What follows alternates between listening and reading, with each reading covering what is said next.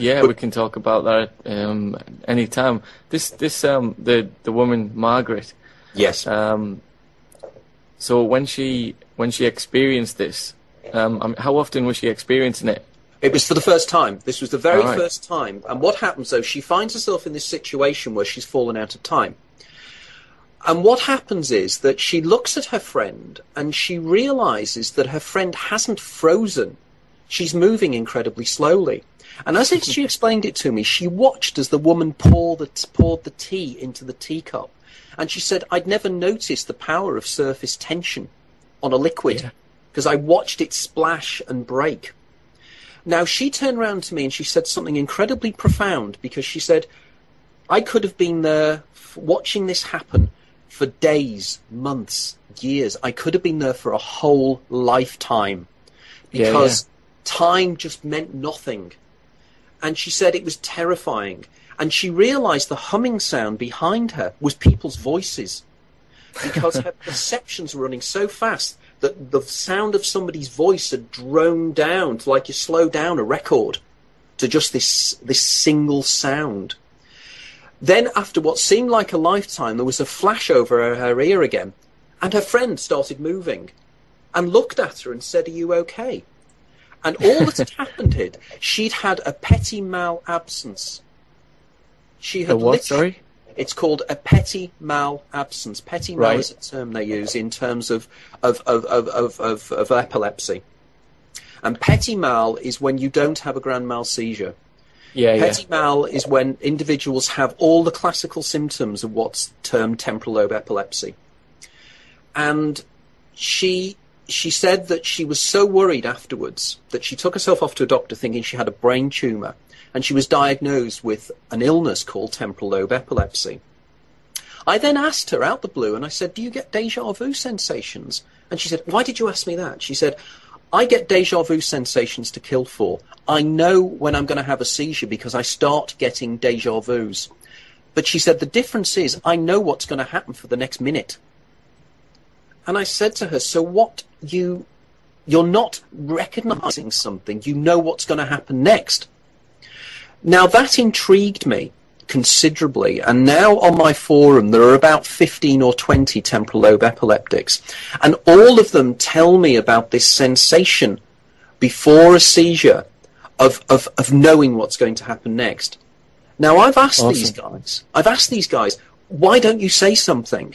If you're sitting in front of somebody and you know what they're going to say, why don't you say something?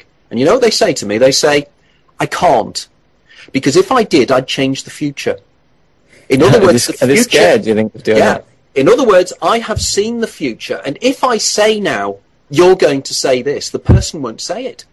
So the future's been changed. Quite a responsibility, really, isn't it? Totally. Because they've said to me, they said they believe that there are, and many of them have said this, that there are a myriad of universes out there, and I'm following one path. If I say something different, I'll flick off into a different path, a different universe. I'll change everything. This then made me start to think about the near-death experience, and I thought, could it be that what happens at the point of death is different to what happens in a near-death experience? In a near-death experience, people say, my life flashed before my eyes. Absolutely. And I thought, is it possible that in a real death experience, your life doesn't flash in front of your eyes? You have a literal minute-by-minute reliving of your life. Because if you think about it, the glutamate slows down time to such an extent that in that final second of your life, you could live a whole lifetime. Yeah, absolutely. And this sort of this also plays into the reliving of the sort of holographic universe, if you want to use a very much title so. by Michael Talbot, for example. We've got that one here. What can you tell us about him? He's a massive influence on me, Michael Talbot, and I'm so sad that he's dead, because he would have been one of the guys that would have been heavily involved in the work I'm doing now. Because Michael Talbot then introduced me to the work of a guy called Professor David Bohm. Yeah. And David Bohm was a particle physicist who worked with Einstein. And David Bohm suggested that at the smallest possible level that we can understand scientifically, something called the Planck constant, that reality is linked. Everything is linked to everything else. So it's rather like when William Blake's poem to see the universe in a wildflower. The idea is that everything is, as David Bohm called it, it's wrapped up within itself. It's recursive. So the very huge is also the very small. Now, what is extremely fascinating about the latest research that's going on in America is there's a guy called Stuart Hamerhoff, who's an anesthesiologist at the University of Arizona, and he's working with an English physicist stroke philosopher called Roger Penrose. Roger Penrose. I think it's Roger Penrose. And they're coming up with the idea that these neurotransmitters in the brain and the neurons within the brain, there's parts of them that are so small, they're called microtubules. And these are so small that quantum physics effects can affect consciousness and can affect thought. Oh yeah, this ties into the whole sort of cosmic consciousness, how we're all connected, because essentially there's not much, there's pretty much everything is made of nothing. It's 99.9% nothing, and the parts that it are can be measured to be connected to everything else.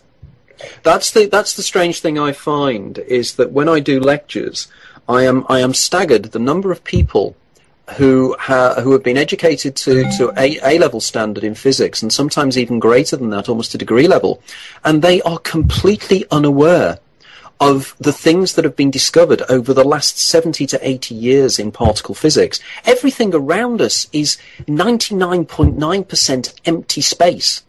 And Absolutely. That empty space is brought into existence by the act of observation by a sentient being.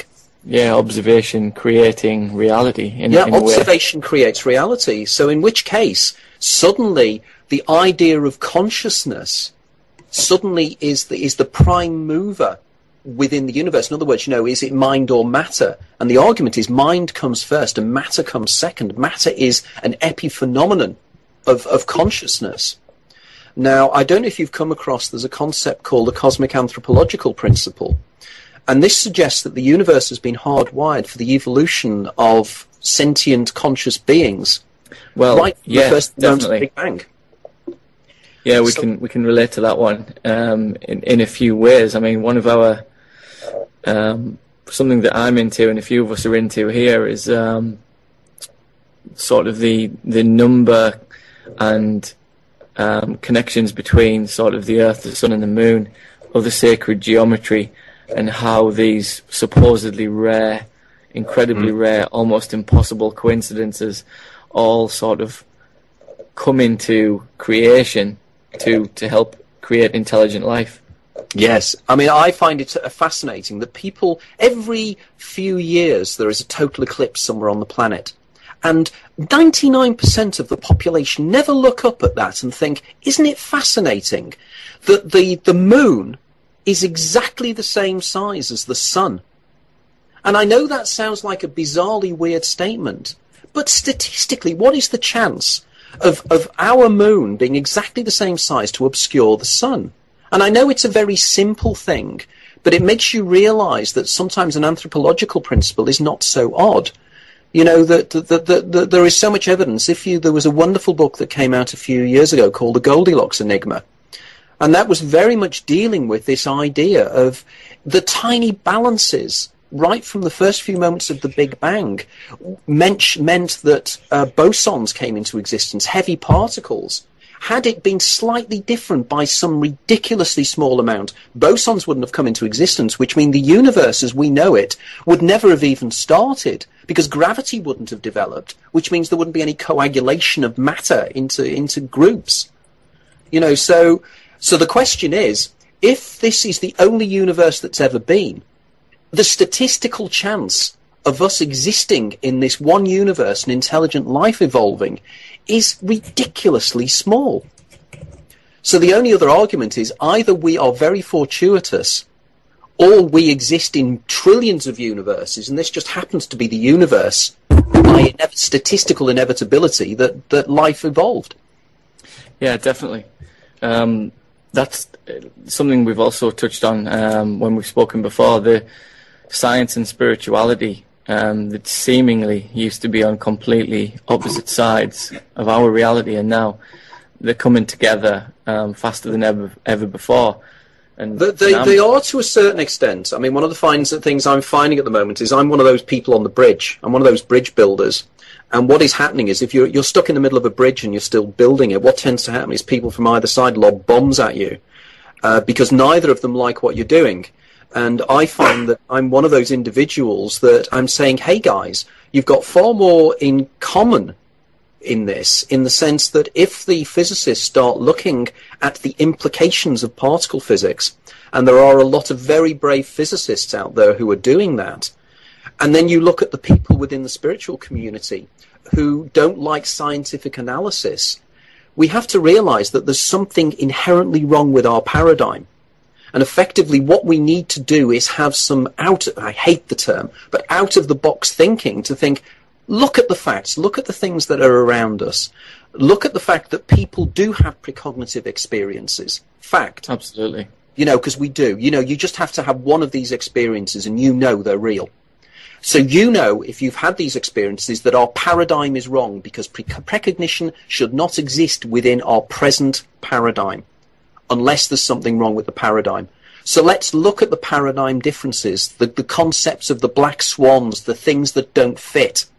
And let's look at those and analyze them and see if we can come up with a new science, an alternative science. That's what people like Michael Talbot was trying to do when he wrote The Holographic Universe. This is what David Bohm was trying to do. And in my own little way, this is what I'm trying to do with my overall concept, Cheating the Ferryman. Absolutely. Well, you're before we go for a break, I'm currently reading your second book, The Daemon. Who don't like scientific analysis. And what I like about it is, I mean, you know, before I picked up one of your books, I would have thought, oh, it's probably all coming from theories and the experience of others. But you have first-hand experience of cheating the ferryman. So maybe that's something we could go into after the break. Yep. We just started touching upon cheating the ferryman, and something I'd definitely like you to cover is the example of obviously what you mean by that and your first-hand experiences with your own daemon helping you cheat the ferryman and create your first book.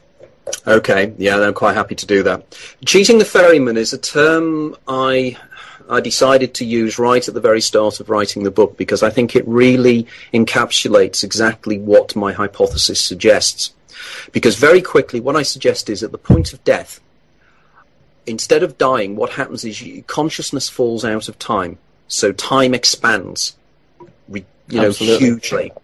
And in that dying few seconds, instead of having my life flash before my eyes, which you have in a near-death experience, what you have is your life doesn't flash. It's literally a second-by-second reliving of your life, moment by moment.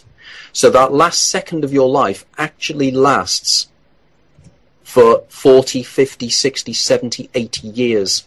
And in that, you live within like a matrix-like three-dimensional holographically generated sense-around version of your life, which I call the Bohmian IMAX. And I call it that in deference to the gentleman we mentioned earlier, David Bohm.